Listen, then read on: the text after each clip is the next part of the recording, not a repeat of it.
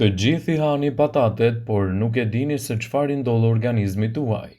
Nga pureja me patatet e patatet e pjekura ose edhe varietete të skuqura ose të zjera, ato mund të konsumohen në forma të ndryshme.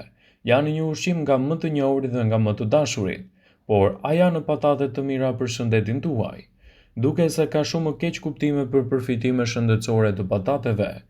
Praktikantja dietike, sipas Davis Health, tregon disa arsye kryesore mbi patatet dhe pse mund të dëshironi t'i shërbeni ato në vaktet tuaja të ardhshme.